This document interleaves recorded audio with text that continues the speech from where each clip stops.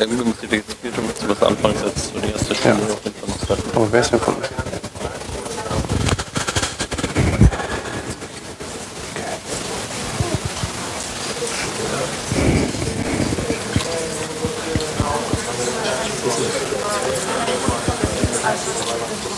Das mit dem Ruffle sagen wir dann am Ende der Veranstaltung.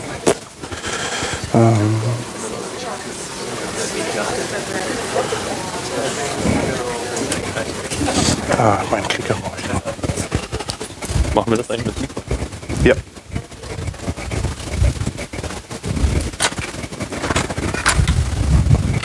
Darin.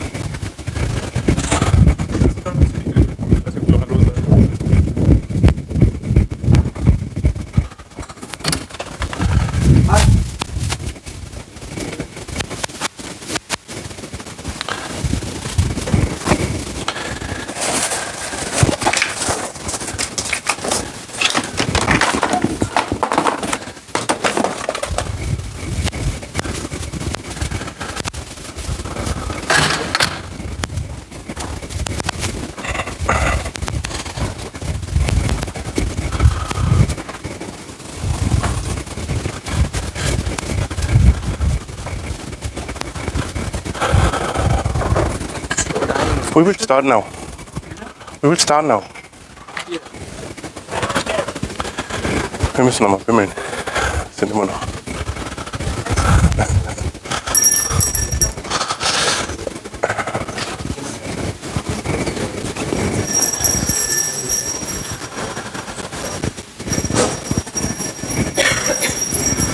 Good morning. If you're listening to this, the bells. It's always the sign that we want to start up, right?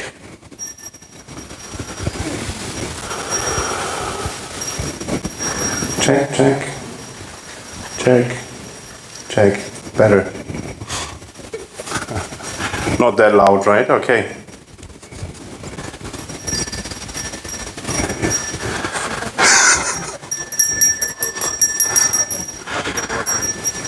You're doing a really good job. It's the only thing I'm qualified for. Good morning, everybody. Sorry, I couldn't hear you. Are you awake? Good morning, everybody. Good morning. That sounds better. So you need some energy for today. We've spinned up a cool event, Thomas and me, I guess. But before we come to our details, we want to have the keynote first with you, shared by a few colleagues of us. And therefore, we have a small video about Hank and her name is, I'm always losing the name. Don't start saying names. You're right. Okay, so here comes the keynote. The future we will invent is a choice we make, not something that just happens.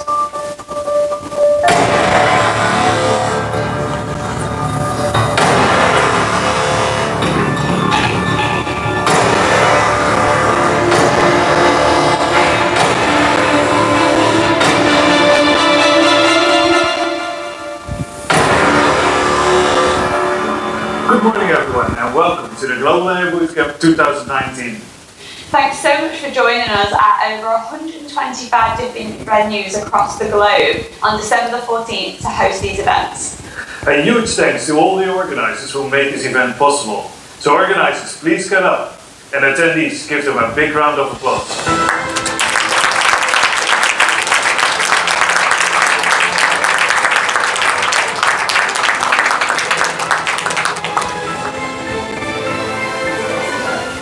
Today you're going to be inspired by some of the latest AI technologies, tools and trends. This might be via talks, hands-on labs or workshops that your community leaders have prepared for you. Today is all about learning new things about AI. So we hope you can apply this in your work, in your community or even in your daily life.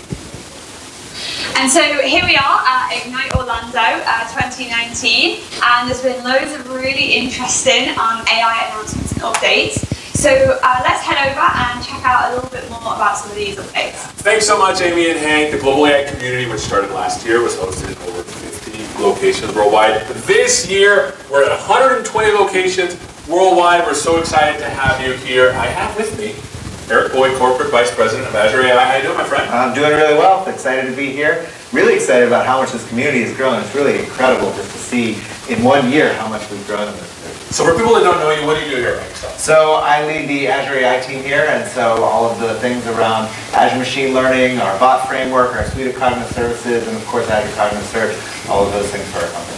So there was a lot of cool things that came out at Ignite. What is our strategy for Azure AI moving forward? So when we think about what we're going to try and do with AI, for us it always starts with research. And so we're really fortunate to have Microsoft Research that we've been investing in for over 25 years.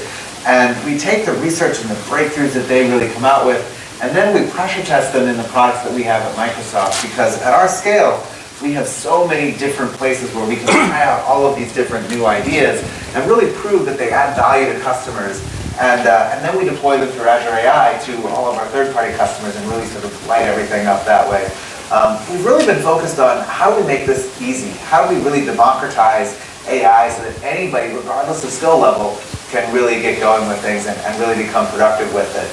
And really, we're really excited about how comprehensive our offerings are. You can go from Azure Machine Learning all the way through to suites of cognitive services and the whole spectrum in between, and find something that's going to work for your skill level, for your business, for what you need, all in one place.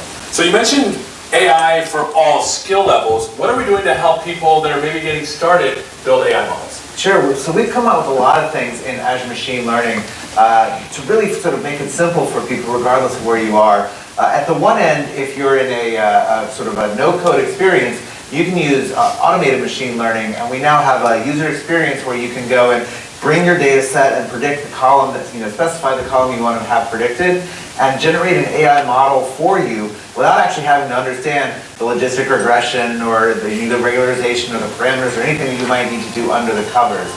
And then we can sort of go from there to our designer, which is sort of a low-code experience where you can sort of create drag and drop. I want to bring my data, I want to split it into a couple of different sets, I want to train on this, I want to test on this, again with parameters for each of the different boxes that you would drag and drop. All the way to a code-first experience where you can use a notebook directly integrated into Azure Machine Learning Studio, where you can see all of your data and all of your experiments, and even all the experiments that your team and other people you're collaborating with are doing, all in one spot. And so we're really trying to make it easy, regardless of where you are sort of on that spectrum. We've got an offering that's really going to make it easy for you. Another thing that we've been focusing a lot on is how do we make it easier for enterprises to manage all of the different data all the different models that they have. And so one of the things we used to hear a lot is customers would say, I'm struggling to get my first model in production. Now what they're telling us is, I have 100 models in production and I can't keep track of them, I can't manage them. So that's really where MLOps comes in. Really help with the management, the deployment, the getting from the data scientist all the way into production in a really easy manner of doing that. And one of the last things that I want to tell you about is we've added our support. This is something we heard a lot of feedback from our customers of, hey, we want our support for, we have all these existing models, can we please get our support? We've added our support directly into Azure Machine Learning now. This is awesome. It feels like we're doing stuff end-to-end for machine learning practitioners. But some people might be like, hey, AI isn't for me. What are we doing to enhance existing applications with AI? So that's one of the great things is our suite of cognitive services makes it really easy, even if you don't know how to create your own AI model, you can use these services just really right off the shelf, just like any sort of web application that you can. So one of the things we announced earlier this year is Personalizer. We just announced that being in GA.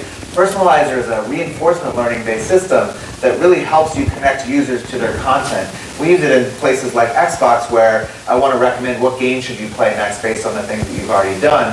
And so that's available for people who want to optimize different flows on their website and things like that. We have so much new stuff coming out in the cognitive services. In speech, we announced that you can now build custom speech models based on your organization's Office 365 data. So what we do is we take all of the public groups and information that's available to everyone in your organization, and then we build models for how to go from speech to text on top of that. And that way, when you have jargon that's specific to your company, here at Microsoft we talk about Kubernetes all the time, and a speech system is not going to know what that is, how to spell it. It's going to recognize it as something really weird. But being able to train on your Office 365 data, how you can get that directly, really customized to your business. Do a lot of cool things with that. Another cool thing we released in speech is custom neural voice, which is now where you can take, you can do a synthesized voice based on, say your company's mascot or something like that. So if you wanted your call center answered by your company's mascot, lots of cool things like that. And then even all the way to the bot side, we now have Bot Composer. And this is a really great low-code experience for being able to sort of wire up your bots and create them.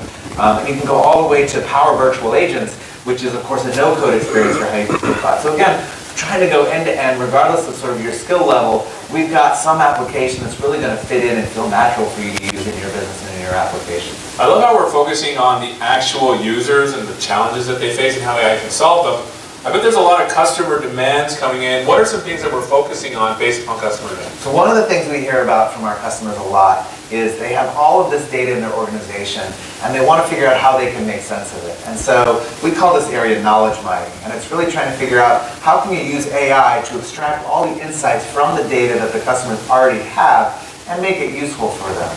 And so we took what we called Azure Search and we've rebranded it to Azure Cognitive Search, really highlighting that that's the big thing that you're doing is you're extracting the key entities from it, you're extracting the places and people and things, you're translating it to different languages if you need to, you're understanding what's going on in the images, and then you're making that searchable. You're showing graphs of how these different entities relate to each other and just really exposing all of the information that is locked up inside of all the data that these customers have. And you talk to an oil company that said, I have all this data, from the 80s, it's in Arabic about all these oil fields, and I want to be able to use it. And so now using Azure Cognitive Search, you can get all that information and make it searchable and discoverable. So that's something really powerful that our customers would like. Well, this is amazing. Any final thoughts? I mean, we're really excited about this community and where it's been going and really how it's grown, and really look forward to seeing all the great things that will come from this global AI community. Awesome. Well, thanks so much for spending some time with us. Thank you so much for being here at the Global AI Bootcamp. We are so grateful that you're here. Back to you, Amy. Thanks so much for that update. At the last Global AI Nights, we launched the Global AI Community, a community where we can connect, learn, and share together. We're also really excited to see that during this Global AI Bootcamp, we've got together as that Global AI community to pull this content together that you will see today. Also, it's been really nice to see that lots of local Global AI Nights have been happening. If you're interested in finding out more about them, go to the Global AI Community website. I know what it's all about today, but I want to give you a glimpse in the future of the Global AI community and the upcoming events. We proudly announced the Global AI Tour starting in March and ending in May.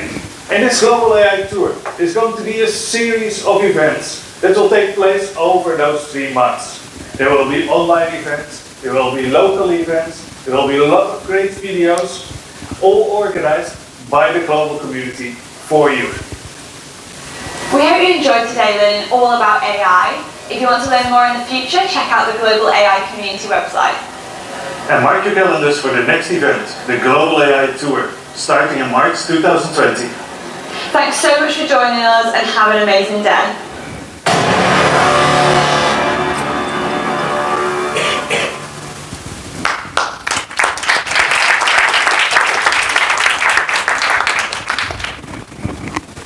Really good one. All right.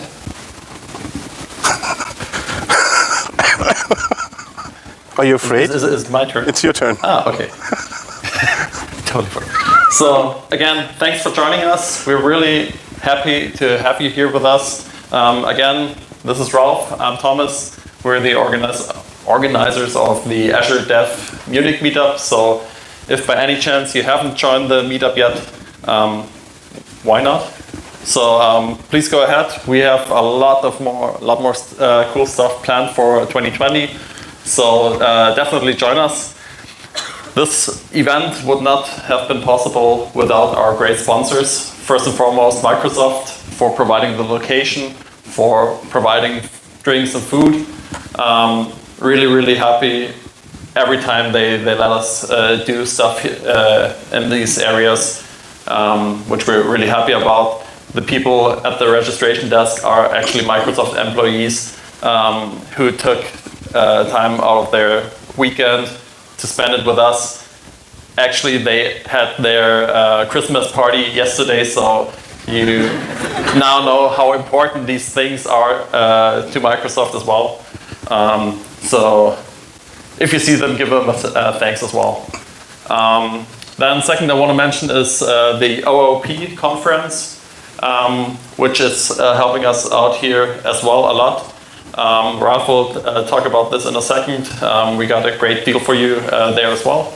And then also Double Slash and Media Lesson, the employers we work for, which gave us the time and the resources to put this this event in place. Yeah, so OOP will spend our coffee break for today, and they offer you a second thing. Does anybody know OOP conference already? One. That's great. So great opportunity to take advantage of this saving here. It's an architecture-focused conference where you have the ability to learn a lot about fancy things. And this time it's focused of artificial intelligence, and its topic is for the unforeseen. So the saving of 15% of the entry price is really good. So 5 reasons. I'm sorry, the slides were screenshots, so I didn't had the opportunity to translate for you. So the software meets business. More than 170 speeches, huge spectrum of topics, networking, and for sure domain knowledge all over, and having the ability to broaden your network personally. 15%, what means that? You have a saving. The 5 days tickets all over and all inclusive cost $2,860. And with that saving, you have more than $400 saved. So that's not small. I guess it's a cool deal if you're interested in. Do they offer also any discount for students and freelancers? Sorry, I didn't get it. Could you rephrase this? Do they offer any discount for students and freelancers? For freelancers, I'm not sure. They have an alumni fee, and I'm not sure for students, but we can check that back. If you leave your email address, we will do that. So the question was whether are there any savings for students or freelancers? We have to check. We don't know yet. So as Thomas mentioned already, there is a team behind us making this possible today. So get up, team. We have Catherine over there, Timo. Here, Simon in front of us. What's about getting up? It's for you. We have to say thank you that you're here. Great. Huh? And the speakers are for sure one of the most important people tonight. Or today, it's not night, so unusual to me. So if our speakers here, please stand up, get your first applause. So here we have Jens, Jota, Timo is there, Riesh, Tina, thank you. It's great to have you here. And you know what? It's community, so none of us is paid today. Okay? It's just for your information, and I'm really happy to see that you've respected so much our reminders about, okay, please check, can you come? Is it possible that you come? And you also noted us about you will be late, so amazing. Thanks a lot for that. This is for you.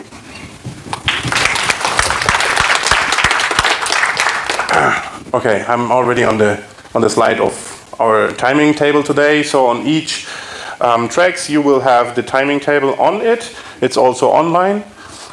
This one is not correct. We will come to that in a minute. And I have something very important for you, so I hand it over to you because the next slide is yours. So this means free food. No, this means we're going to the next step of the timetable. So if you hear this, either your session is done or your session is beginning, but there's usually something that we expect you to do, I guess. We have, unfortunately, some last-minute changes. So one talk, unfortunately, is not going to happen It's a Power BI talk. It's the Power BI talk, which would come up right now. Unfortunately, the speaker got sick, so what we decided to do is we'll do both tracks here with the talk from Pina. So yeah, that's basically the only change. That's no, actually, We're 10 minutes late. yeah. So everything will probably shift 10 to 15 minutes. Yes. Depending on how long I'm gonna be talking now. So for the workshop tracks, they start right now, right? Yeah. So the After. workshop tracks, we got New York in this direction, and we got Washington in this direction, depending for which workshop you've signed up. And for the other tracks, we stay here with the first session, and afterwards it will get split. Great. Hope that made sense. Yep. Hacking space. Yeah. Will happen in Washington. So please respect what you've decided to go into. And when there's space left, you can join. We try our best to fulfill all your demands. So next is for orientation. So that was would be helpful for you as well, we guess. It's also on this big screen outside behind this wall. You can see always where our tracks are and where the rooms are. So for the moment we're here in Redmond. And all green areas are, so the most green areas. These 4 rooms for sure are ours. And with the lounge, we will have our lunch there, and food and drinks is also available there. And within the kitchen, which is that one here, so behind this wall, you'll get some other refreshments like Coca-Cola or something like that. It's all day free. You don't have to collect and hide. Okay. Questions? Okay. Can you tell us which one in this room? The topic is on the workshop. Which one in the room? In this room? The topic of the talk in this room for now with Pina Meisel. New York. New York. It is the AI 100 preparation. Okay. And it's a workshop, not a talk. And Washington is the UI sketches. Could you please spend a minute with the timetable? Then I do not have everything in mind now. Sorry. Okay. Any else's questions? It's your chance now. Grab me. No more Okay. questions. No more questions? Surprise? We want to know a bit more about you. We do have questions. So please help us to get a bit knowledge about you. Spend some minutes. You have a free Wi-Fi code here over there. And after you've entered the Wi-Fi code, please go to menti.com, enter the code, and then we'll have a short 3 slides questioning with you, if that's okay. Du, du, du, du, du, du, du.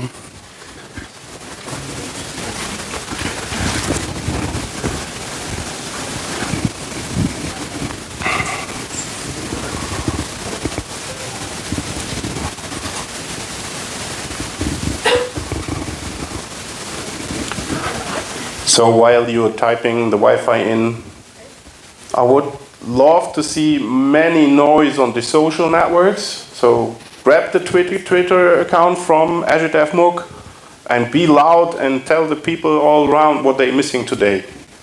That would be very cool. Thank you. And on the other hand, we have a live stream for today, which is just in this room, so Redmond. The camera is over there. So none faces on it usually, except the moment you turn your head right now. It will be on YouTube for sure. We will share later on the link with you. Okay, raise your hand if you have problems with connecting to the Wi-Fi.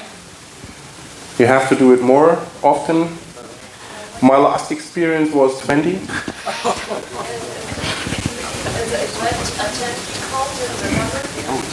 Yeah, MS Event. So you enter the Wi-Fi guest, right? MSFT guest, then it opens up a website. And then you are event attendee, and there you have to enter this code. Sorry? All good? That's what I did, but it directs me to the homepage of Microsoft. It's okay, then it worked out. Then you go to Menti.com. Yeah, next step is using the browser, going to menti.com. When you're on the landing page of menti.com, please enter the code. IT is so difficult, I know. What are we here for? I don't know. Something about design. With artificial intelligence, we ease that up. Or not.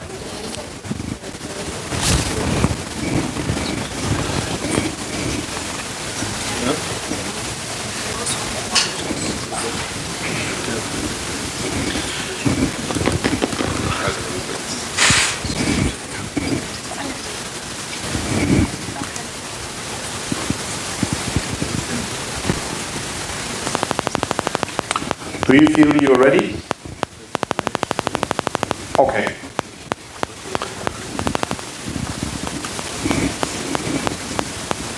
So we will start with the first question.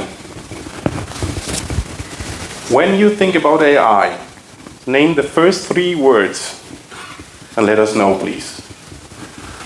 It's going to be a tag cloud. I only had like what are you expecting me today? That one.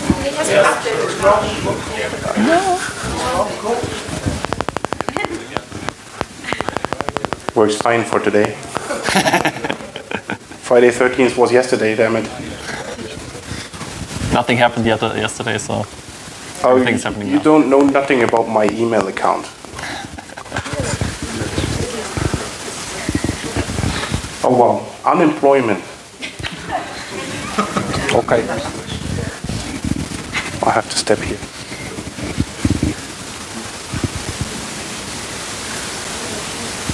World's End, okay? A lot of positive things. Gradient descent, we got some people who know what they're talking about.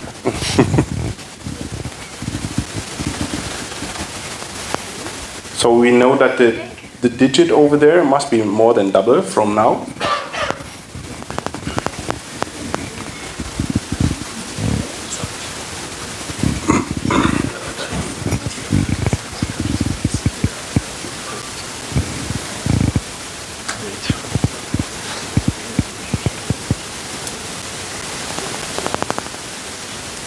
Terminators. It is when you Google for AI and images or artificial intelligence, it is really one of the picks coming up for that, the Terminator. Don't know why. Okay, that looks good for me. Let's move over to the next question. Oh, it's not. Oh, I'm sorry. Wait. Oh, okay, got it. I think there's a trend. Looks like.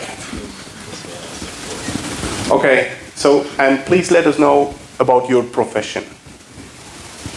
And we know now the digit.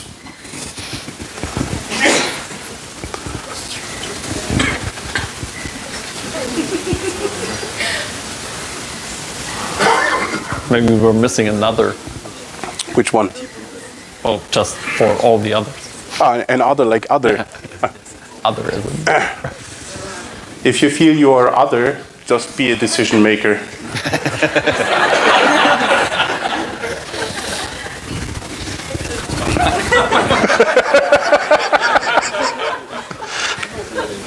Sorry to all decision makers. Sorry to all the others. Great, it looks good.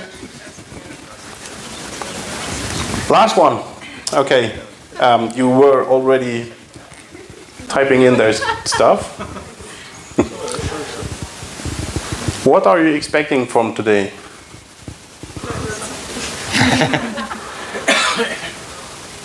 Learn smooth, I guess. Our brain is still the best artificial intelligence. Or is it something? Something, yeah. By the way, do we have a profanity filter? Yes. AI based? I guess so.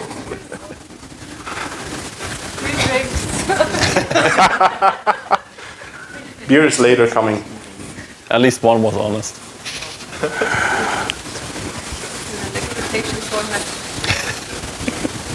I like it very much. It's cool. How many are you doing? 80. That's good. Thanks a lot for your insights.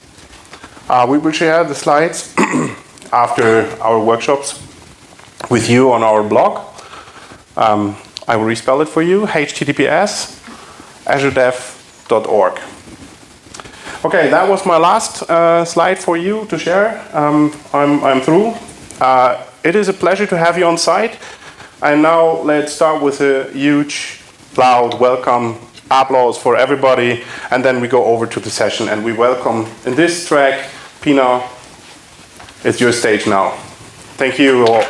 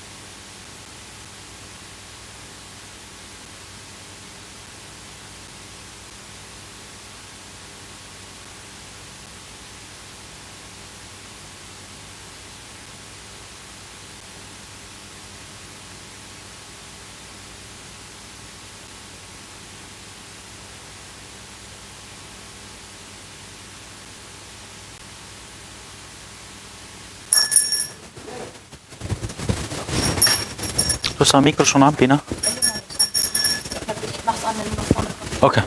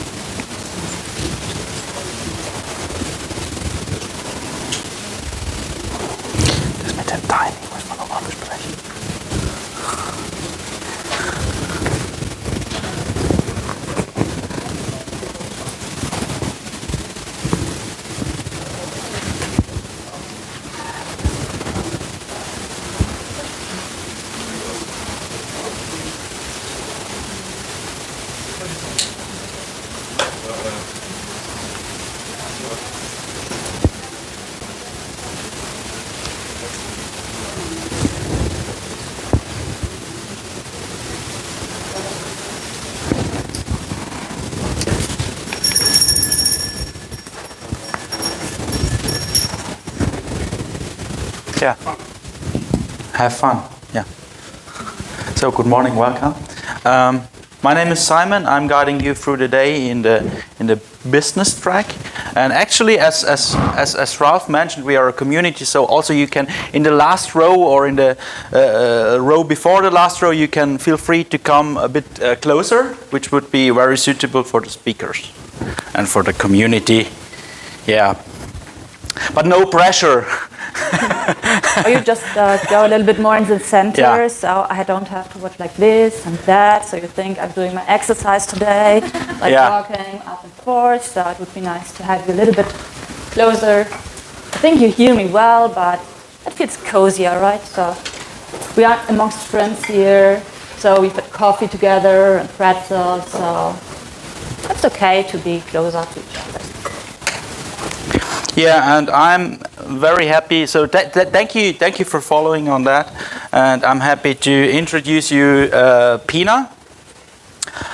Pina is actually Pina is the host because she's working with Microsoft. So Yeah, actually, I said when I was asked today where this event will happen, I said, well, it's at home. And then I thought, okay, what does it mean about me if I say at home and I mean work? So it's, I was a little bit like, oh no, it's at work. So I know where to go. But yeah, but here's a little bit at home. yeah, Redmond is your home. So Redmond is your home for today, basically. yes, Okay. I have to tell my boss. And I think Pina is speaking about, at least from my personal perspective, about a very relevant topic, because if we think about AI, I guess most of the people are thinking about a very technical topic, which it is, but it has huge impacts on the whole society. So it's about gender relevance, it's about culture, it's about democracy. So, and I think, Pino, you will in your session you will speak about the relevance of AI connected to the society, to inclusion, to democracy, which is very relevant, I think, and how people are should be educative themselves to get more insights about the topic of AI. So, stage is yours, and Thank you. So get started.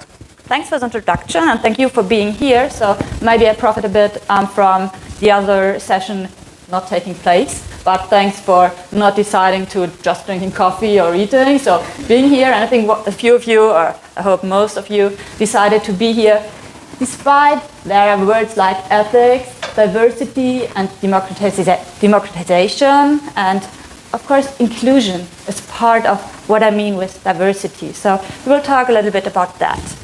And when I mean we need to talk, I actually mean we need to talk. And I know if someone says we need to talk, it's seldom something very good, right? If your boss says, I think we need to talk, or your partner says, well, but we need to talk about this or that, and you say, okay, let's do this. So it's not often something that they want to highlight you did something very well, right? And I totally get this. But actually, I really think we need to talk. And we need to talk about AI. We need to talk what we mean when we say AI, and more importantly, what others understand when we say AI.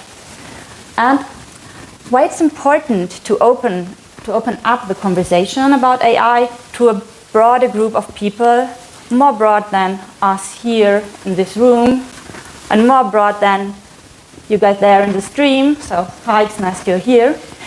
It's about your neighbor. It's about your parents, your children, maybe your teachers or the teachers of your children, even your hairdresser.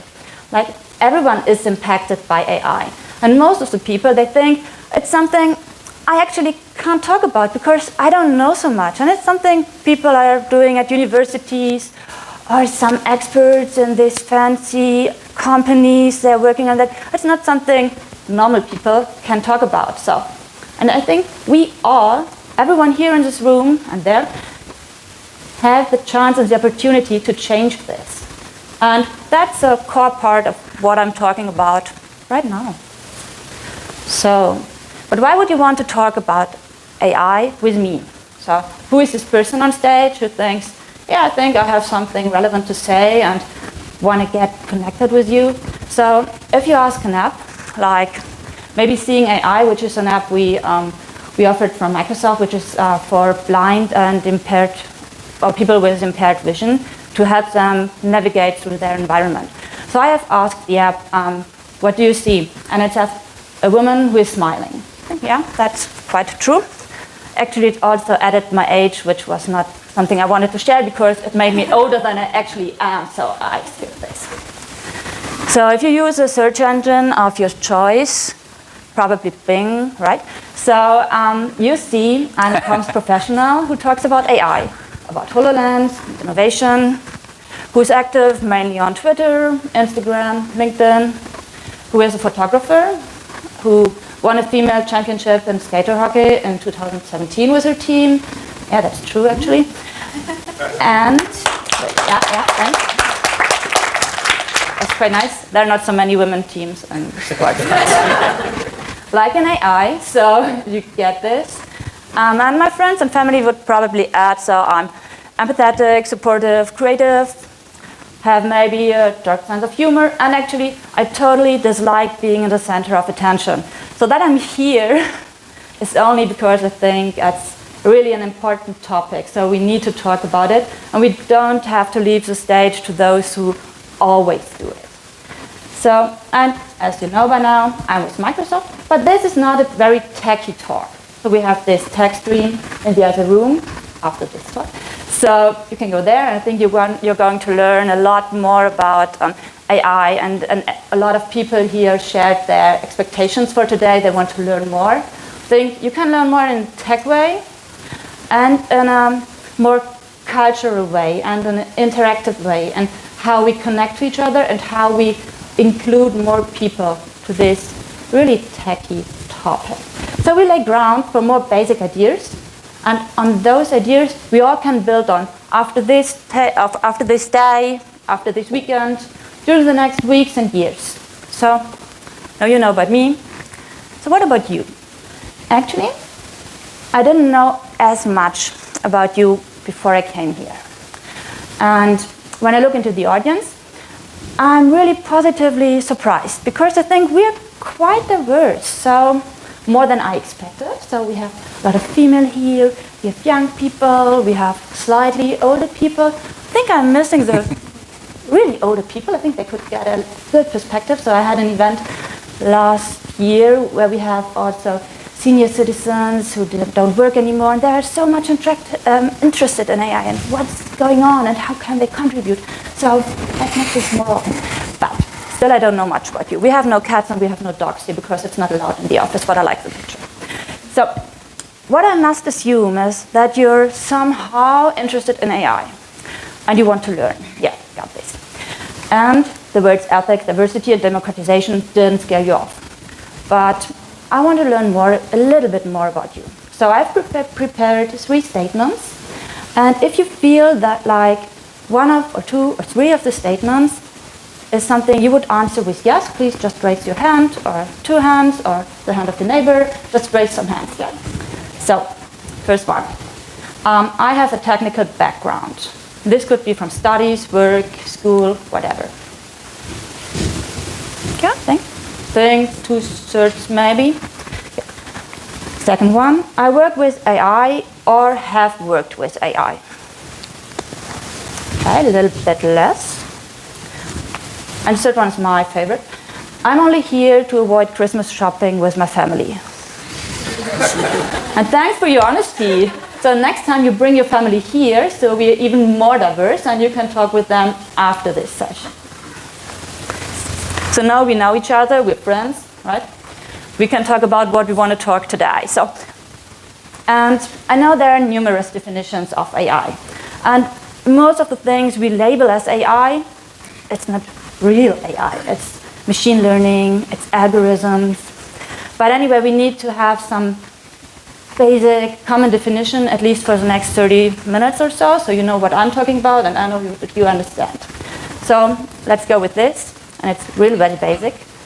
AI is a machine's ability to recognize sounds, images, and words, and to learn and reason in ways that are similar to what people do. Sounds pretty easy. It's not that easy. If you think about that, no, I'm skipping. Go back. And this is not really new, because people have worked on AI for decades. But we're now at a point in history where it's moved into mainstream products. Like we have some AI capabilities in PowerPoint, we have speech recognition, we have voice-assisted bots, we're talking and writing with things that seem like people but aren't people, right? So how could this happen? And this is mainly based on 3 factors. It's we have a massive computing power enabled by the cloud. We have a huge amount of data available, and we have breakthrough innovations in algorithms and methods. No, I didn't want to do this. But yet, we are still in the early stages of understanding what AI will be capable to do. And for now, AI is very good in doing certain tasks which are really defined in advance. So like they can recognize pictures or speech or words.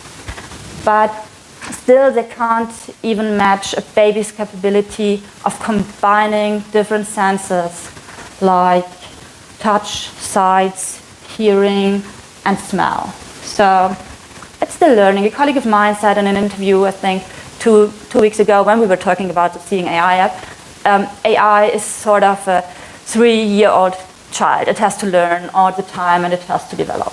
I think that's pretty true. And our approach here at Microsoft is based on 3 principles, or we have 3 aims. First one, empowering people. That's all over the company. So if you wake up some Microsoftie at night, he will tell you or she will tell you, yes, we're empowering people. That's part of our mission, so that's in our core.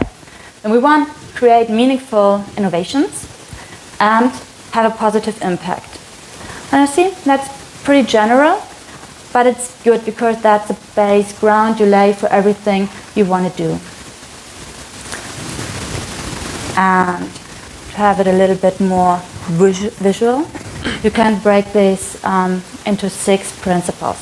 So we have first mentioned this in our book, The Future Computed, AI and its Role in Society.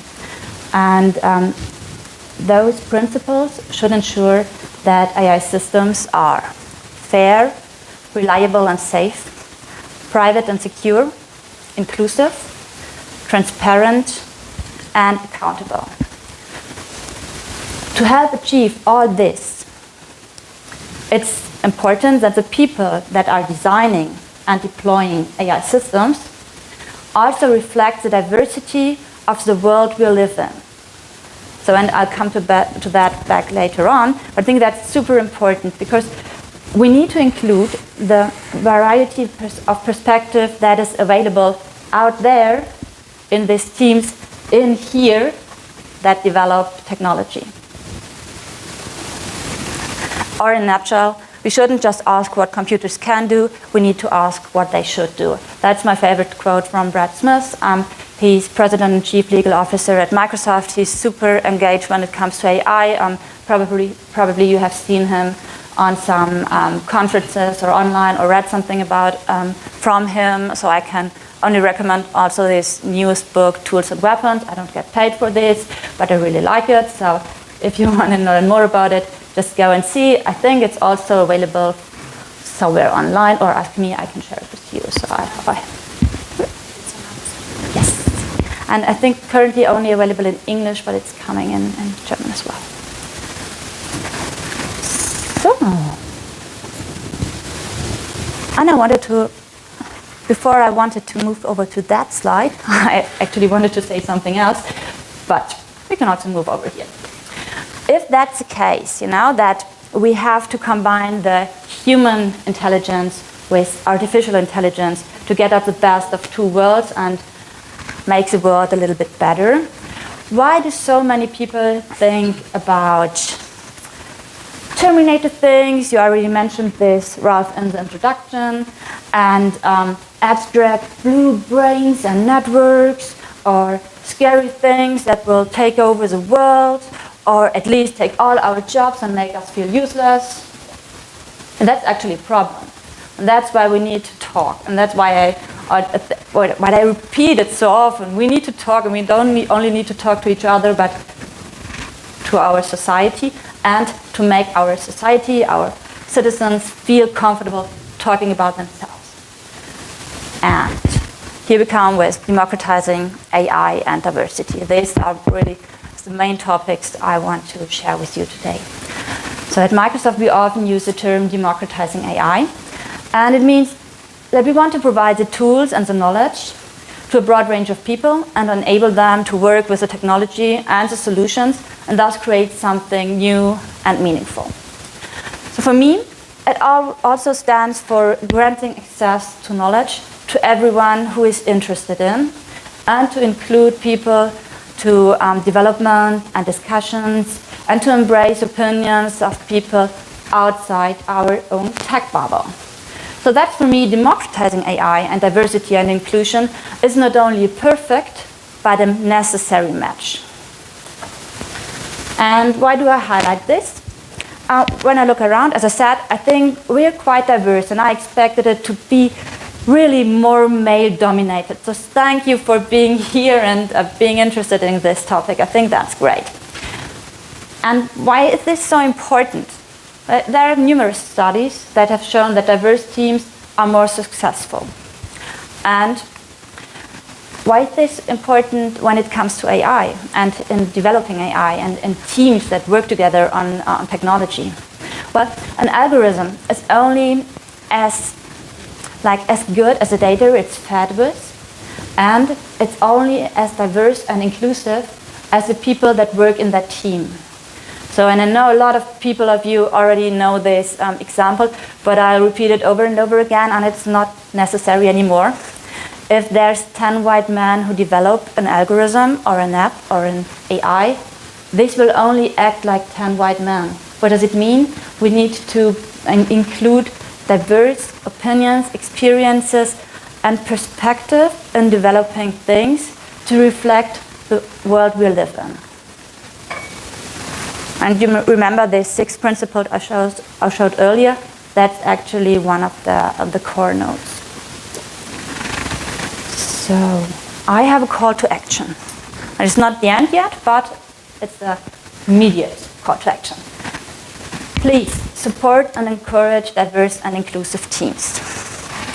If you organize conferences and panels, do it as diverse and inclusive as possible. If you struggle in finding the right people, like for presenting things or doing keynotes, please ask for help. There are like people who know other people, and there's databases of diverse speakers, there's female organizations who support speakers, and there's something you can do about this. And I think it's just, and once you have this view for this, you will always see it. So actually this, I love this conference, but I'm one of the few female speakers here. So I would love to have this changed by next year, that I'm one of a lot of female speakers and diverse speakers. And if we can change this, I'm happy to do it with you. And if you notice that a team or a conference or whatever is not diverse or inclusive, highlight this and try to change it. It's not like we want to finger point. We can support just by noticing it. Then most of the people, they don't say, it's not that they are doing it on purpose. Like, no, actually, I did this setup and I only wanted white men in suits of a certain age. No one will say to you, and no one will mean it, at least most of them. But it's something that maybe it wasn't noticed, or it wasn't noticed that this could be a problem. And we say, yeah, it's a problem, but we are here to help. We can do this together, and we can change this. So, why is it? Got it. Something was missing. So, even if we make sure that our professional environment stands for easy access and diverse teams, we still have the challenge to bring this out of our bubble, out of our work environment, and our private lives and a broader society. So how can we do this?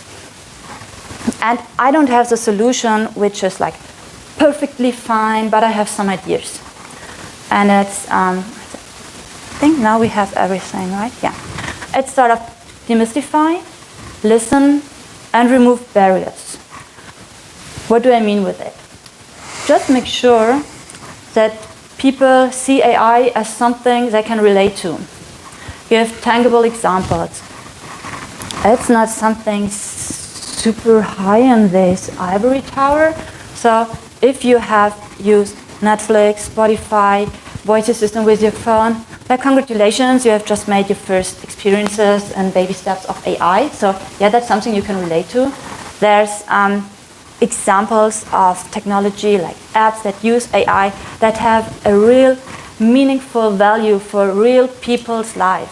So if you help blind people or people who are visually impaired to move in their world better by helping to understand their environment, that changes their life. For us, it's normal that we see what's around, that I see that here people in front of me sitting and looking like some are looking interested or skeptical, some are smiling. So I see this. If I need an app that tells me that, that's really helpful for me. Even in smaller groups, if you're in a group with colleagues and you're sitting there, you can see if the position is right, if the people is looking at you, if you're looking to the right direction. So that's things everyone can understand, and you can imagine how this feels and how this technology can help you. So I guess AI isn't going away anytime soon, and it will impact all our lives, our private life, the way how we work, how we live, how we play. So if everyone is impacted, everyone should have the opportunity to understand, learn, discuss, and create our future. At least our future in AI. So I see future is not something that just happens to us. It's something we can actively create. And you see, it's something sort of a pull-push moment. You can want something, but you can have also to give something. You have to be interested in learning new things, and then you can ask for more information, for help, for a supportive group. So, did I forget something? No. I think we're close to Christmas, and so I decided to have a wish list, and maybe some of you will, fulfill some of those wishes. I can't repeat it often enough. Encourage and support diverse and inclusive teams. Talk about AI with non-tech people and encourage them and yourself to learn more. Be or stay curious and ask why more often. Why are we doing something? Or why are we not doing something?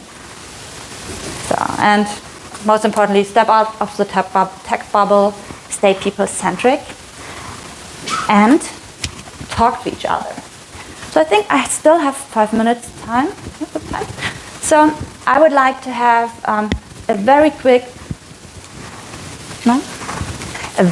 and that was too quick, 5-minute experiment with you. And no worries, you don't have to jump through this room or do some fancy stuff. I just ask you to talk to your neighbor and take 5 minutes and share your experiences of the last time you have talked to someone who is not in your tech bubble about topics like AI. When did this happen? Did it ever happen? When it happened? How does it feel like? And what was the outcome? So just take 3-4 minutes, talk to each other, share your experience. If you have no partner, you can come over to me and I will talk to you. I will switch off the mic. So everyone has someone to talk to. You can also go to 3s or 4s, just a quick exchange.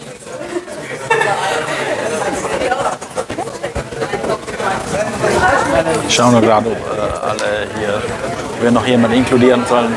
Passt, glaube ich. Ich bin der Simon, hi. Ach, du bist kein Simon. Freut mich ebenso. Wir haben die gleichen Schuhe. Die Fragestellung war, wann wir das letzte Mal mit jemandem über AI gesprochen haben.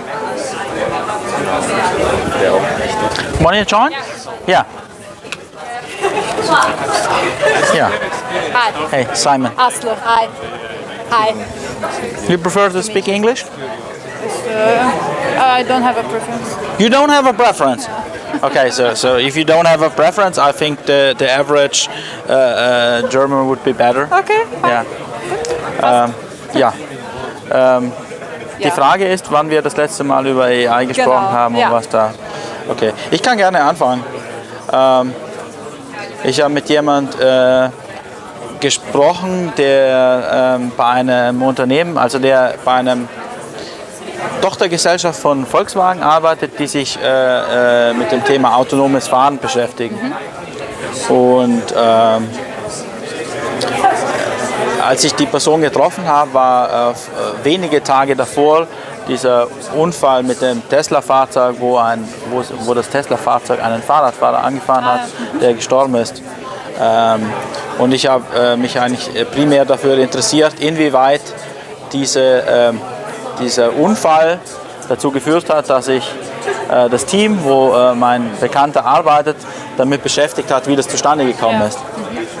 Weil das ja sehr spannend ist. Im Prinzip war es ja auch etwas nach meinem Verständnis, was auch systemisch auch eine Ursache hatte. Und ja, meine Frage war, ob Sie sich damit beschäftigt haben, und die Antwort war, ja, haben Sie. Und das tun Sie natürlich, also was heißt natürlich, das tun Sie ständig und versuchen halt entsprechend auch Ihre Fähigkeiten im Team, was das autonome Fahren betrifft, zu verbessern. Das war meine letzte Erfahrung. Danke. Sehr gerne. Ja? Okay. Ich habe gestern mit einem Kollegen mich darüber unterhalten, weil ich diese Woche einen Blogpost über AI geschrieben habe, über die verschiedenen Steps von AI, und das ist für Managers ein bisschen zu Demystification hoffentlich führt.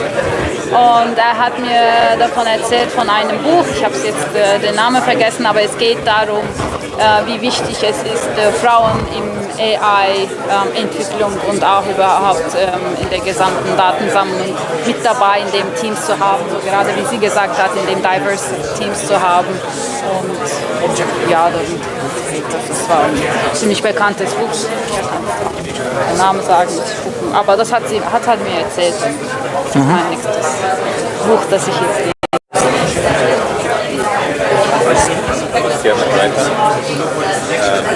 Wenn wir jetzt heute dieses Event mal ausklammern, vergangene Woche mit über meine Masterarbeit gesprochen, die ich eben für das Thema. So, it actually works, right? Great. So I love how you start exchanging, and I think it's really great that you were willing to be part of this little experiment. Is there anyone who would want to change to share what they have experienced? Is there something you have in common, you've had in common with your partner, or something you think that's worth shareable? So if not, it's totally fine, because we said it's just our interactive, just getting connected experiment. You can tell me after this talk as well. So, and with that, I destroyed the technology. No. Maybe. It was only one slide. So it was the thank you for being here, to engaging in this discussion, to thinking that's an important topic. And we can stay connected. You can find me on Twitter. It's @Piner_, I don't know what unterstrich in English is, me. And you see me on LinkedIn. You can just use the QR code and you come to my page. I will be here a little bit longer, not the whole day, but if you want to connect, I'm always happy to grab a coffee or so. You're invited to this beautiful office.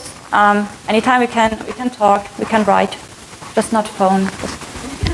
So, and I hope you had some inspiration for the rest of the day. And anyway, if you have a question, do we have time for a few questions? Yeah, of course. If you have some. We Otherwise, have time. I'm happy to leave you to go to coffee and drinks and pretzels, which is super important. Stay hydrated. It's a long day. You need this. Why should people not call you? Because I won't answer the phone. Why not?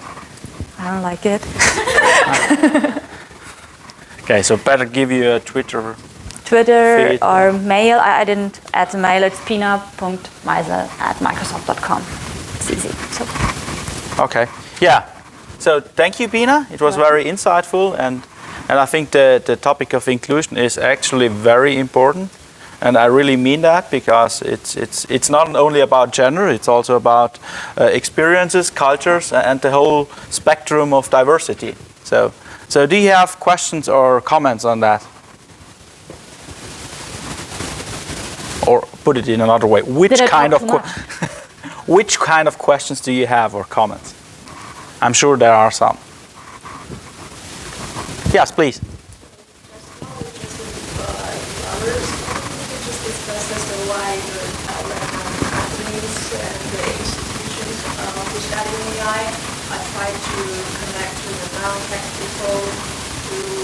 Sell the AI technology or idea AI.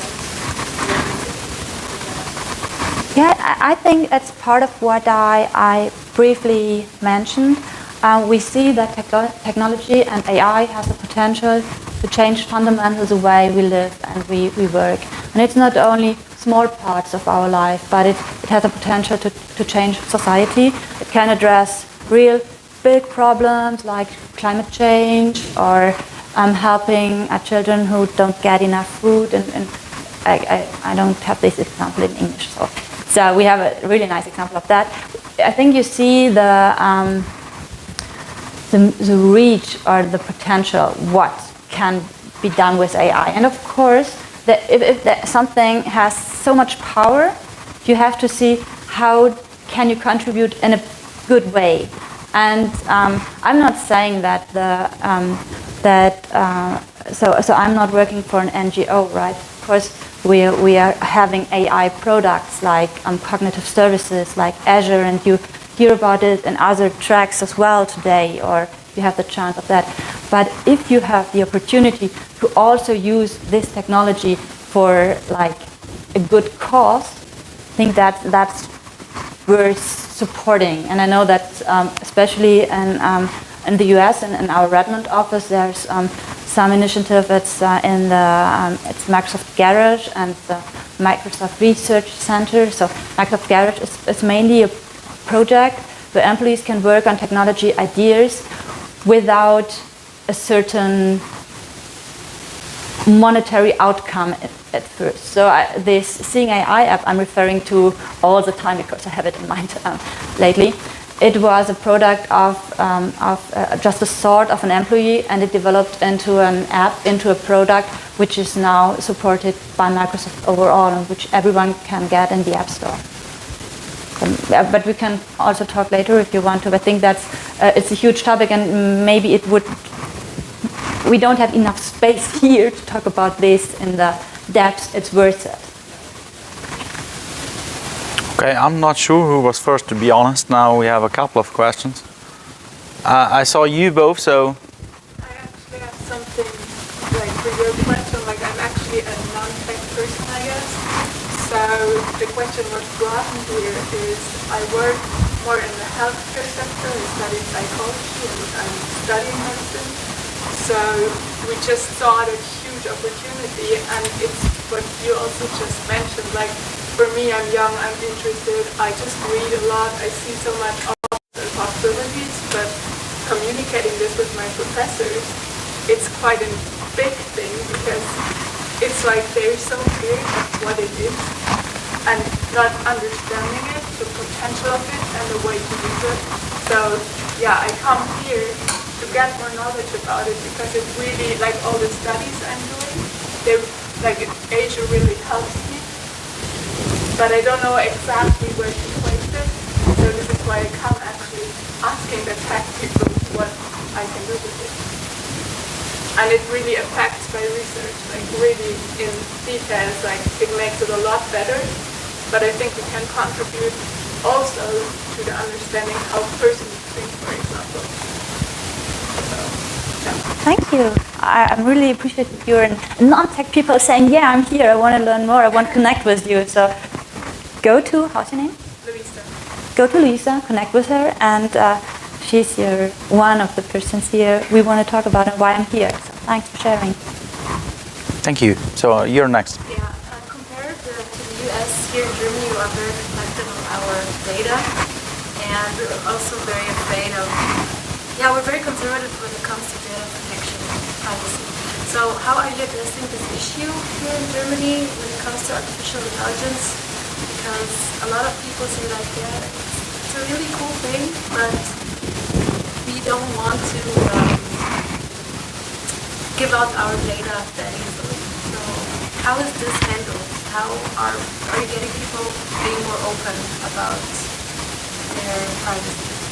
So I'm just sharing for the community the question. So the question is basically about data protection in regards to AI, because people here it's not only in Germany, it's all over Europe, are more protective with their data. Yeah, and actually I'm not an expert in data privacy and security, but we're working on with GDPR, not only in Germany, but also in other countries. So I think it's really important that you have this in mind when you develop services and when you're working technology. So if you have this as a base layer, and I don't have the laptop here to show you the 6 principles I shared earlier. One of them was privacy and security and safety. And I think you really, and that's also what I meant with when I said you need to take the worries or the fears of people seriously. So you have to listen to them, to what is important, and then develop, or not just being in your ivory tower, develop something great, and then you think like, hey, why don't anyone use this? Because you missed some important steps. You haven't asked people what they need, what they want, and what they are willing to give for that. So I think it should be like, am I talking too? All good. Yeah, but that's the baseline of what I want to share. Yeah. Yes, please. Just very short comment on the question. So also commenting about the non-tech people, I'm also one of them who's non-tech and yet got hired because just exactly in non-tech. I'm working on AI by a consultant.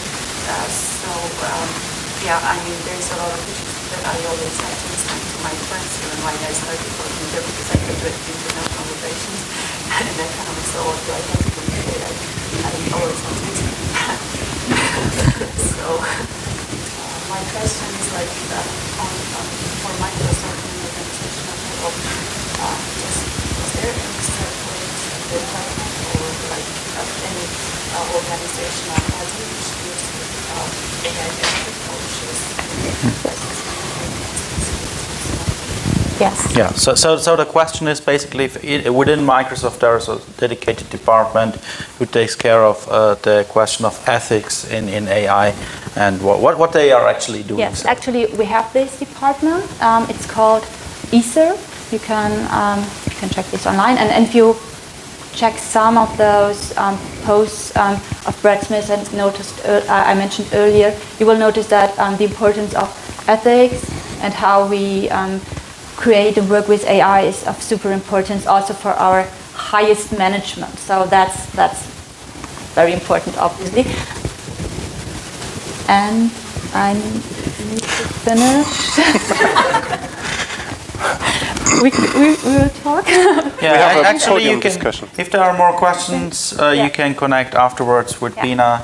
And thank you very much for hosting and for being here and for talking and for representing one dedicated part of diversity, which in this case is your gender. Thank you. And I'm pretty good, right?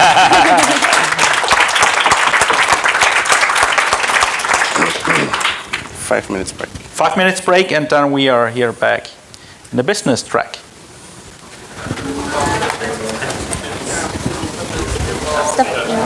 Wir machen das zuerst. Nein, das machen wir zuerst. Und das können wir einfach rausziehen. Das hat Spaß gemacht. So, dann holt sich der Simon. Ich habe gesehen, dass du Spaß hattest. Du machst schon mal das Setup. Sehe ich dich jetzt öfter? Kannst du dich gerne wieder fragen. Das habe ich sehr mal gemacht. Sehr geil. Ich fand den Talk geil. Ich habe nicht alles gesehen, es geht nicht, aber... Du kannst es dir auf YouTube hinterher anschauen. Richtig. Geil, oder? Ja, ich finde es cool. Und du kannst es auch anschauen. Ich weiß nicht, ob ich es anschauen werde, aber ich werde es teilen. Du solltest es anschauen. Ja, ich mache.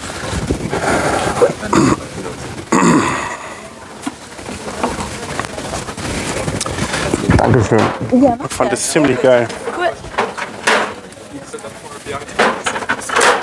No, I'm sorry. The Power BI talk is cancelled. It's cancelled. The Power BI, the speaker went ill. And that's a huge problem for us we cannot solve.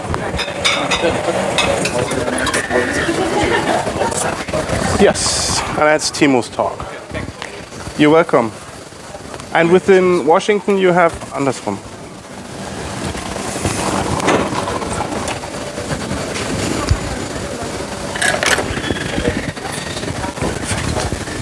Hey, ich habe einen Zettel.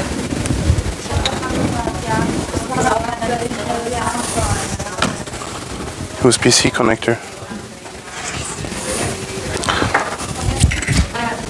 Hattest du noch viel Spaß gestern?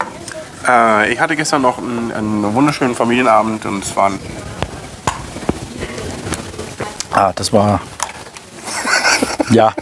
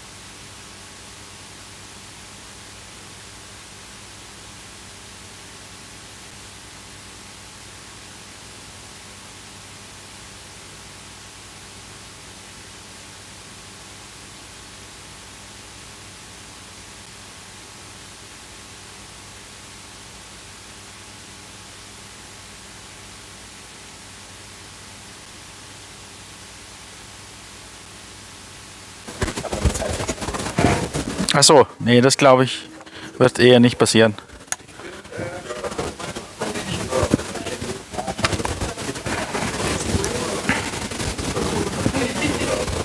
Also Timo, fürs Protokoll nehme ich trotzdem mal, starte ich trotzdem mal die Timeline. Ja, klar. Das ist ein interessanter Pulli, muss ich mir nachher genauer anschauen. Das ist ein interessanter Pulli. Ja, Ich setze dich einfach hier hin, ich setze mich daneben dich. Bist du ready, Timo? Ah genau, die soll ich schon mal anmachen für dich? Das kannst du gerne machen. Ups.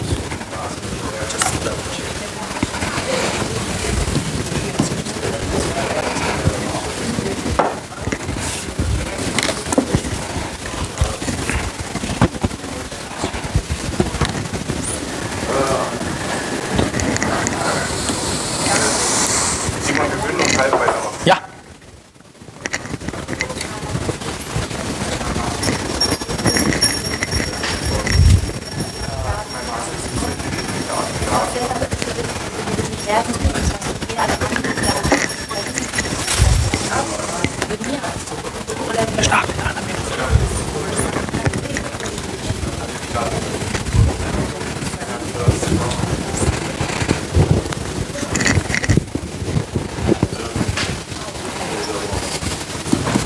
So welcome back.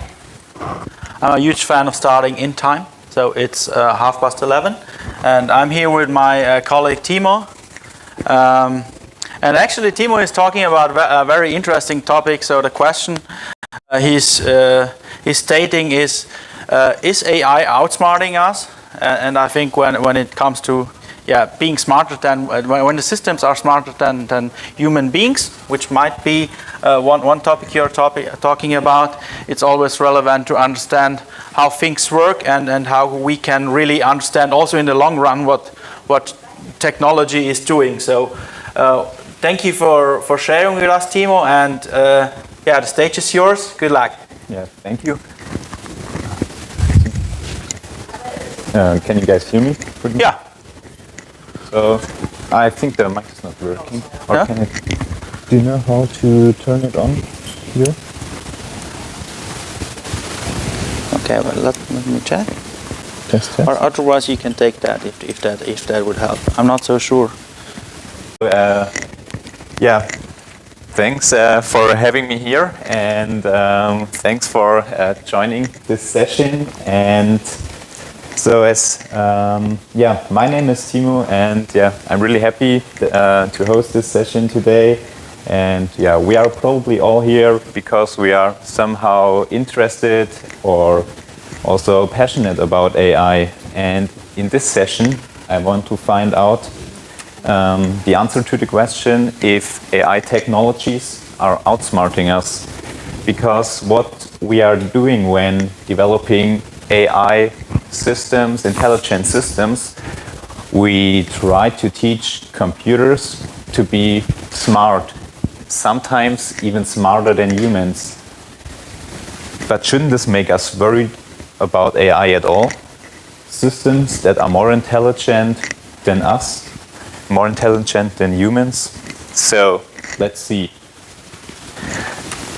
Does anyone know this woman right here? So I guess probably not, because this person does not exist. It's an artificial face.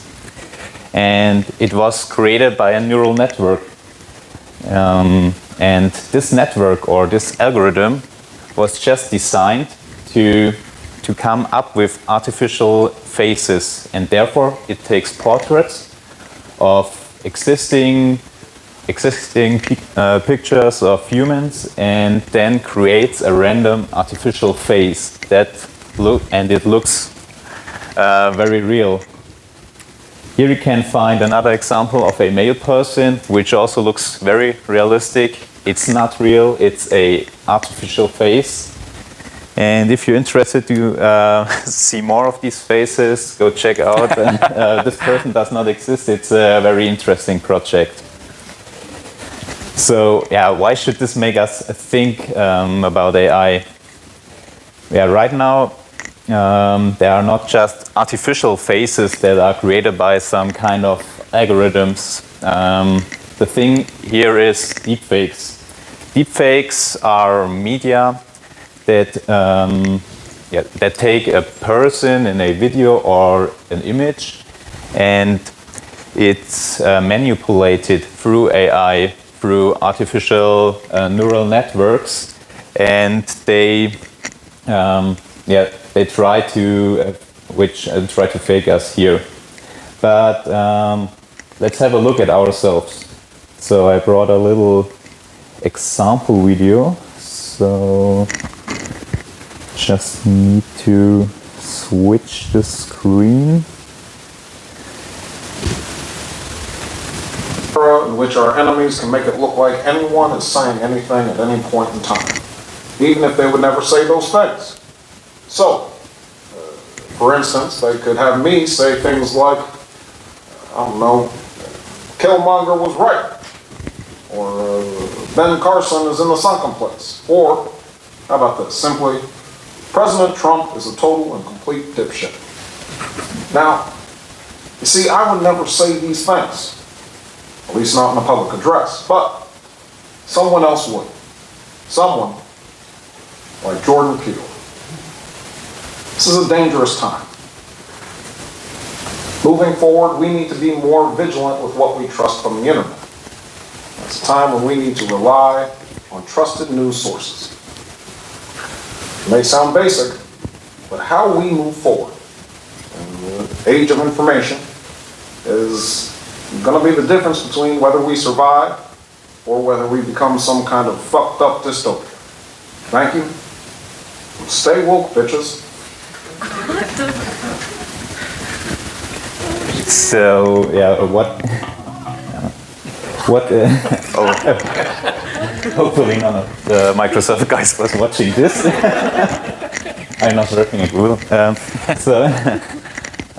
Yeah, so what did we just see right now? So we saw the ex-president of the United States, Barack Obama, giving an interview. Normal interview situation, talking to the camera. And he said things we may not expected him to say. And then suddenly another guy appeared in the video. And this was the guy who was originally speaking and steering also the mimic and gestures and also the voice of Obama. So how does it work? It works with a neural network behind all these video layers, and these networks are able to transform the mimic of the speaker, so the guy on the right hand side, and also the voice to any other person they want. In this case, Barack Obama. And of course, this is a big issue for the news and media industry because we cannot rely on what we see anymore. Another general concern is that AI is claimed to be the technology that will take all our jobs. So yeah, because AI may exceed human performance in various areas, people are scared of becoming jobless due to intelligent systems that do our work we are doing right now. So this leads to the question, should we really let these technologies that try to outsmart us in our daily lives, if it's also so dangerous for the whole society? Well, in fact, we've already have AI in place today, and yeah, every single one of us is using it today. So let's have a look at some examples. So first one is, I guess, that almost everyone in this room has some kind of virtual assistant at his hand. All the speech assistants like Siri, Alexa, Cortana, and who they are for some of us our daily conversation partners. And they are able to entertain us, they provide us with news and information, and remind us also of some things we might simply forget. Another topic that concerns us all are finances. In the financial industry, algorithms are already in place to decide who gets the credit or how much credit you get, or they calculate some risks for insurances. And here they take historic data from us, and in order to put them in algorithms to make smart decisions. So another example of currently applied AI is in the medical area. There, it's a lot of research going on in the field of assisted and autonomous surgeries, and also in, for example, here, cancer detection. Right now, artificial intelligence can predict cancer better than any doctor.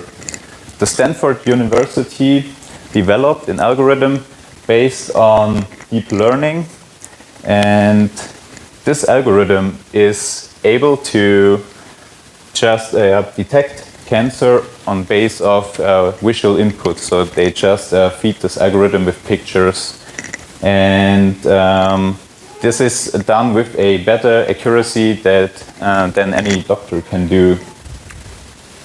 In the industry sector, there is a trend going on called Industry 4.0. How is AI used there? One particular use case is predictive maintenance. And there I can give you an example from the company I work for, /. For our customers, also, Siri wanted to answer my questions. Sorry about that. Yeah, so let me give you an example of a project we have done at /. For our customer, we set up a monitoring solutions for gearboxes in wind turbines. And here, based on real-time data, an algorithm analyzed the actual usage of these gearboxes, and then we were able to predict the remaining useful life of these gearboxes, so that we can, so that the customer can replace the gearbox when it's really needed and not on a regular basis. AI also tries to be creative. And it starts with Spotify or Apple Music, which are analyzing our listening behavior and making smart recommendations what music we would like in our playlists. And it goes on with also algorithms that are composing their own music. And I've brought you another example from art, and let's just have a look at it right now. So it's a painting drawn by artificial intelligence. And this painting is called Portrait of Edmond Bellamy.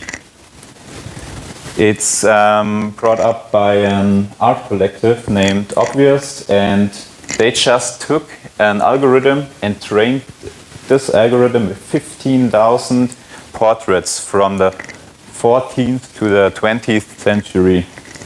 And this is what came out. So yeah, the task for the algorithm was to paint like an own painting based on the training data. So, question to you, who would pay money for this? Are you interested in art? So we have one interested person here. So yeah, Christmas is coming up. How much would you pay for such a painting? Maybe between 100 to 200 euros. Because it's not a human, so it's not as valuable for me. Yeah, sounds very legit. That this painting was brought to an auction in a art house in New York, and the price for this painting was $432,000 US, just by very. Yeah, so I was also really impressed when I saw these numbers, and yeah, really impressive what AI is capable to do right now. Yeah, so if we break down all the examples we've seen right now, we can break AI into 3 core areas. The first one is computer vision. It's the equivalent to the human eye. And here the technologies are about analyzing videos or images, even manipulating them, detecting certain objects, or detecting text there. The second discipline or broad area of AI is natural language processing. So this can further be divided into other disciplines. It's the natural language understanding, so training a system to understand human input, may it be text or may it be speech. And then secondly, we also want to train these systems to speak like a human. So therefore they have, it's called natural language generation then, and there we want to have a system that can speak like a human with like normal grammar, so that you cannot differentiate between a computer system and a human. And the third area is advanced analytics. So here we have all the we have machine learning algorithms, neural networks that are used to analyze a big bunch of historic data in order to gain new insights. And yeah, so now having understood what's behind this big buzzword AI, we have to make a very important differentiation. There are basically 2 concepts of artificial intelligence. One is weak AI and the other is the strong AI. So weak, or also called narrow AI, describes systems that are trained for particular tasks. We've seen it in the examples. We want to have an algorithm paint a picture. We want Spotify to analyze our playlist. We want an algorithm to analyze our machine data and give us new insights. It's all, you can put all these examples into weak AI. Strong AI, or also artificial general intelligence, is about having a system that is capable of having complex, the complex cognitive abilities of humans. So it's able to speak, listen, and also learn like a human, and it can also reason, learn further, and has not to be trained on particular tasks. And now coming to a very important point is strong AI is just a concept. It doesn't exist today. So there is no system that is at the moment capable of having a human-like cognitive capabilities. And yeah, with this I want to come back to my initial question. Is artificial intelligence outsmarting us then? And there I would say no. So why do I say that? If we think then about strong AI and weak AI again, it's not possible to set up this general intelligence that would be capable to be smarter than us in every aspect of life. And every aspect of life also means that it's able to emphasize with other humans, to learn in every personal situation, and so on. And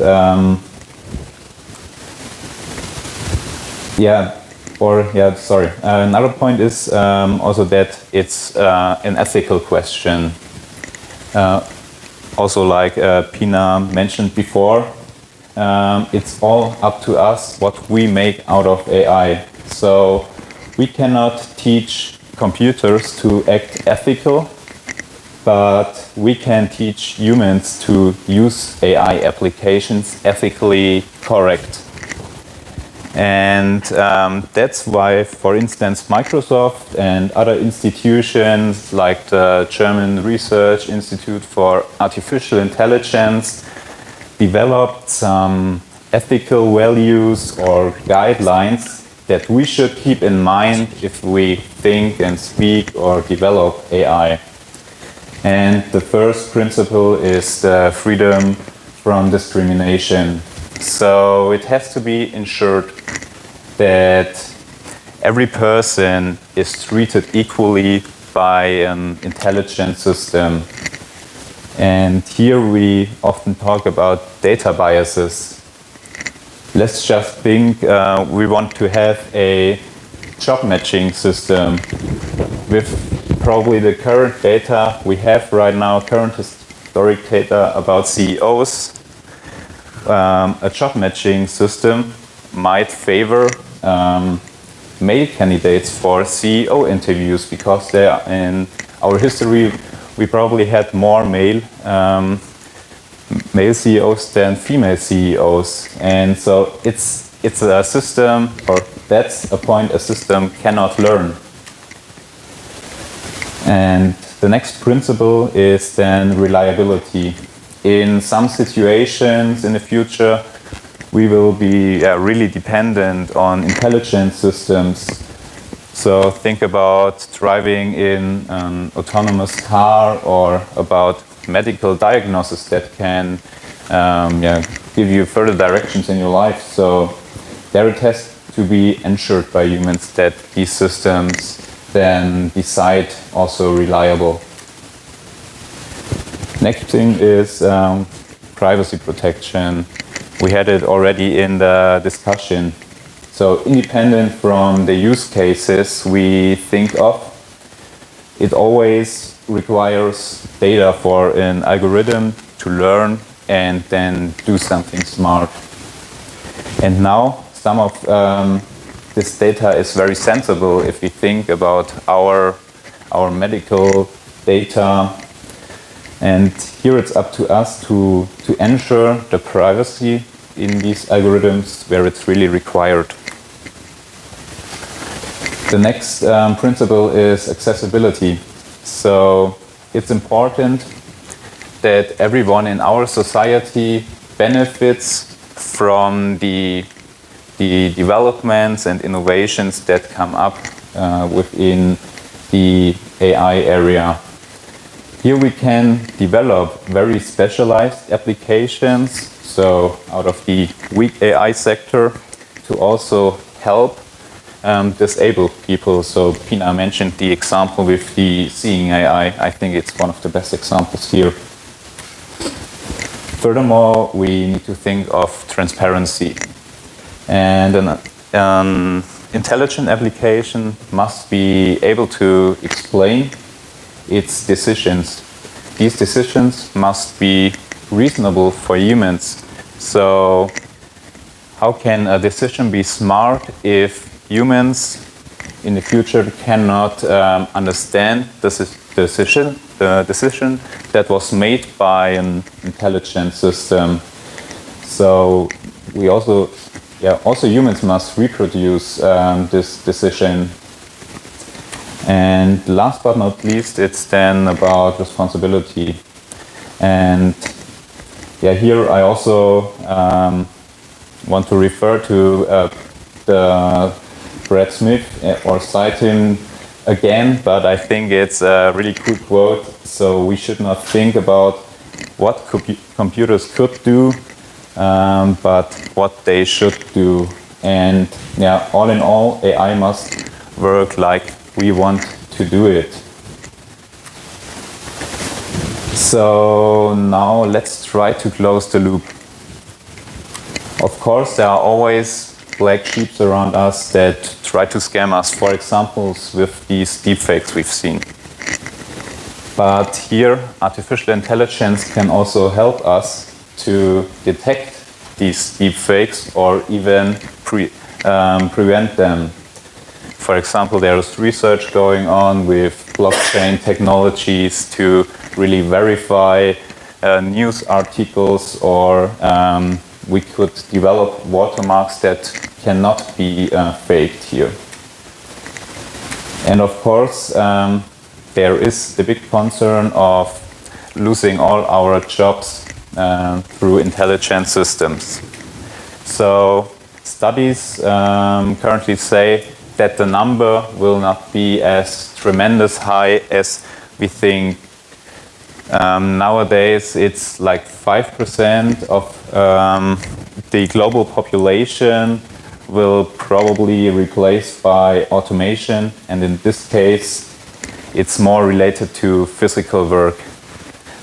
Yeah, it's a fact we cannot ignore, and but it also then it makes sense because it's we use these technologies here to then or these technologies will be used to make our work easier. So the workers that will be replaced are here then maybe replaced by robots, and all in all it can make the work easier for us because we don't have to in the future work physically harder. And but it's then also the question of education, because proper education can help us to be the one that are replaced by artificial intelligence. And here also digital technologies and AI can help us to set up a better educational system so that we are not the ones that are outsmarted. So let's pull it all together. So we should not be afraid of artificial intelligence technologies at all, because they are right around us and they have a lot of cool potentials, and I'm sure there will be great innovations upcoming.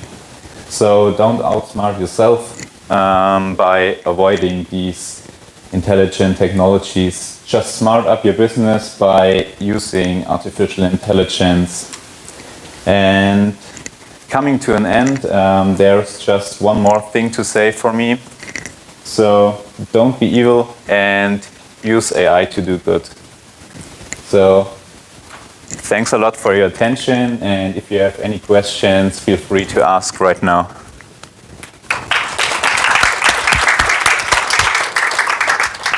So thank you, Timo. I think I feel less outsmart now. Do you have? Are there any questions in the group here? Yes, please. You said that AI is not outsmarting us at the moment, but could it possibly do in the future? What do you think? So right now, I think we are all not sure. Of course, there are some technical barriers that can fall if we think about quantum computing and stuff like this. But right now, it's just not. We cannot prove it scientifically.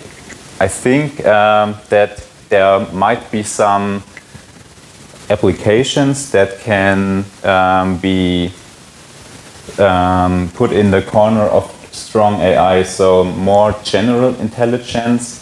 But the question is if it's that kind of intelligence that is really capable of outsmarting us, or if it's some cognitive level below humans.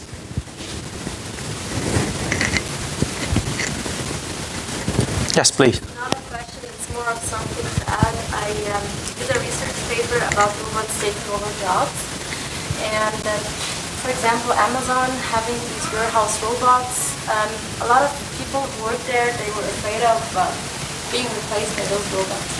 But it actually was quite the opposite, because of these warehouse robots, they could produce more could be done, so they could meet up the demands. More business was there, and also workers had the opportunity to train and to learn how to operate these robots. So actually, we might have to think about the new jobs that are being created more than the jobs that are being lost, because those people will not be on the street. They could have the opportunity to retrain. So I don't think that people should be aware of not being afraid of them. Yeah, this is basically the integration of the machines within our workplace and collaborating between human beings and technical systems basically. Thank you. Yeah, the same, I guess, in healthcare. It's like a huge opportunity, and the question is how to combine human and also the artificial intelligence knowledge. Like the cancer does predict better, but the healing process, there's the human factor that a computer will never be able to use. So the combination is the perfect thing, or not one or the other. Thank you. Yes, please.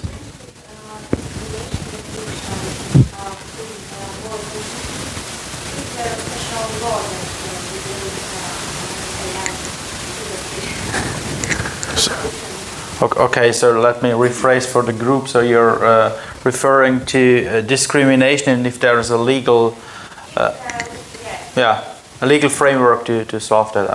I think, yeah.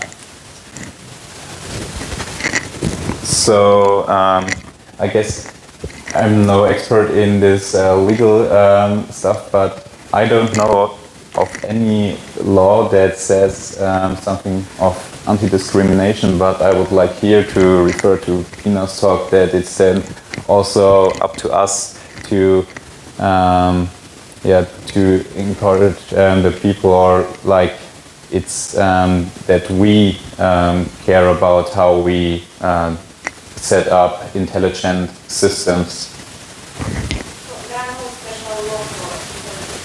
So I don't know of any laws. Yes, sir. Yes, please. Really discrimination that the data you give to the algorithm says that certain, but let's say the algorithm is calculating some statistics based on that making decisions.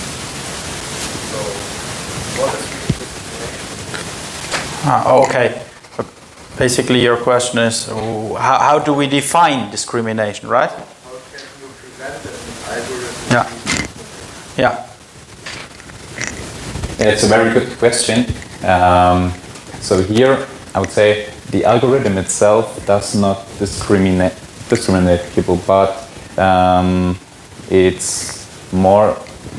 it goes more into the design of these algorithms. So if you, for instance, just remove the attribute of male, female, you would then maybe have, and this is what maybe a data scientist has to do then, he could just remove the attribute of the gender, and then it would be not any discrimination of gender, for example. Yeah, so the algorithm itself, it's not discriminating here. Able to guess the gender based on the other attributes. Yeah, of course. So here it's more about the design of these algorithms. So which attributes do I take here? Is it somehow discriminating or not? And so that's what humans have to decide here. So next question.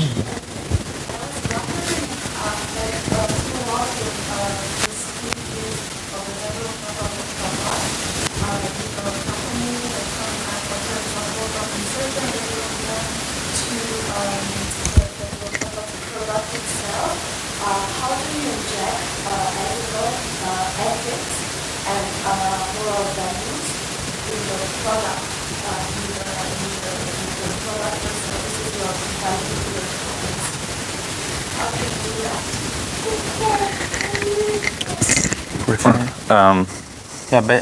Just to rephrase for the group, I think it's about how to integrate the ethical aspect in the product development process, right?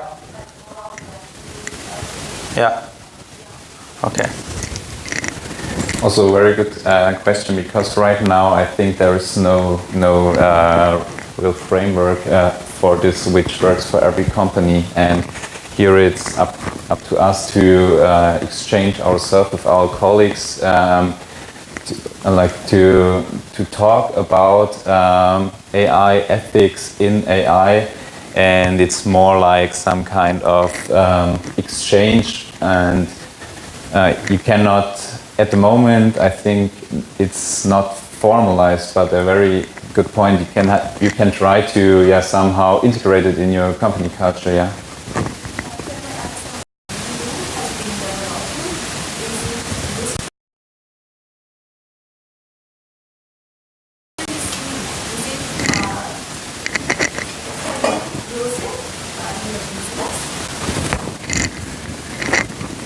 So your question was if, like, the framework, the EU.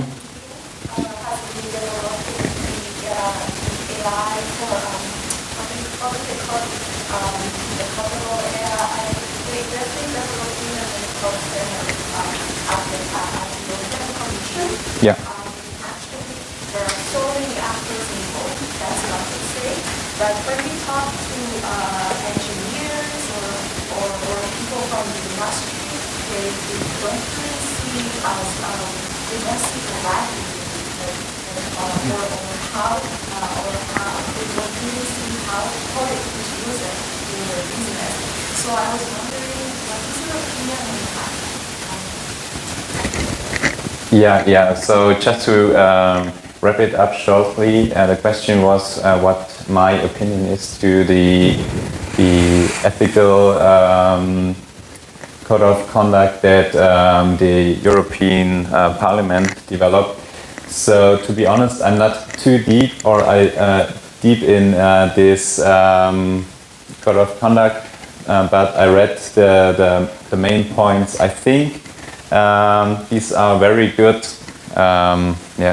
very good ideas, but you then, which cannot be applied everywhere. You always have to, decide or have a look what's if it's capable of applying this in your current project.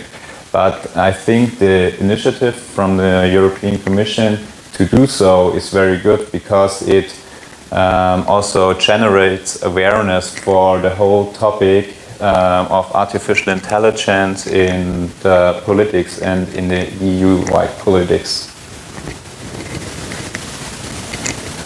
Okay, this is the last question. Afterwards, we go for a break. So I'm curious, what are the major applications with AI? So you mentioned about predictive maintenance. What are the other directions? So what are the major applications within the Industry 4.0 domain? How much time do you have? 1 minute max. 1 minute? Yeah. Okay. No. So, of course, one of the main applications is the whole data analytics. So predictive maintenance is a big point. Then we have robotics combined with artificial intelligence, and also it's then about computer vision, for example, recognizing parts that come out of a machine and do the QA visually, and so it's a very broad spectrum. Or what if we go back to the virtual assistants I mentioned as a first example. There is a virtual assistant called Alfred from ThyssenKrupp. They set up this virtual assistant that coordinates the logistics for whole ThyssenKrupp and helps the employees and tells them where to put the part A and so on. Yeah, it's endless. Okay, thank you, Timo. So I would thank you all for your questions and your comments, and I think now it's time to go for a lunch break and see you later in the afternoon sessions. Thank you.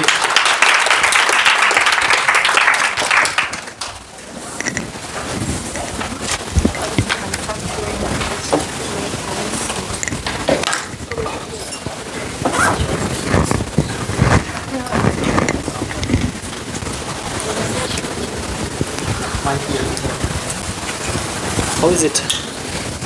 Ich habe gerade vorhin... Hey, alles gut. Ich habe vorhin... I think it's only until 12:30, officially. Yeah. So it's not that long. It's 30 minutes. Yeah, it's all for the same. Hier ist ein Zeitplan. Ja, ich habe ihn auch.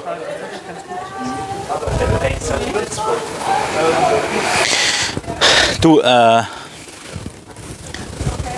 stell dir mal vor, die Pina heiratet, also vielleicht ist sie ja schon verheiratet, aber genau, also wenn sie nicht und heiratet einen Südamerikaner und heißt dann plötzlich Pina Colada.